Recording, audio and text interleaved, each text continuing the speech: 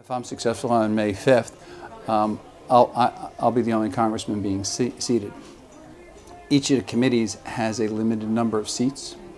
So I think the speaker who makes the assignments would have to see where there's an availability and where they think I could best serve. When people down there had asked me, when I spoke with leadership and they asked me what my interest would be, I did say Transportation Committee would be an interest of mine. I said financial services would be an interest of mine. When you talk about transportation and the federal government and a congressman's role, it's central. I think it's central. So one of the things I would do and ask for is to be on Transportation Committee in Congress when I get there. People on Staten Island, and I don't even want to say Mid-Island or the South Shore, people all over Staten Island take something called an express bus. There's nothing express about it. And you go to Congress, you go to Washington, D.C. and tell people that some of our residents have an hour-and-a-half or 2-hour commute one way to work. They can't believe it. It's shocking to them.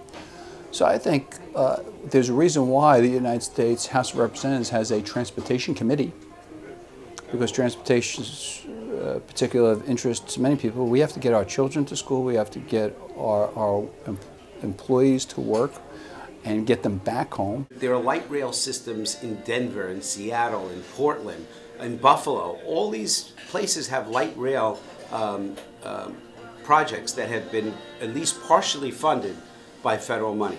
All these places have that taxpayer money. Why not Staten Island? Why not Staten Island? Why can't Staten Island get that same federal money to build a light rail system on the West Shore, or to bring the Bergen light rail across the Bayonne Bridge into Staten Island?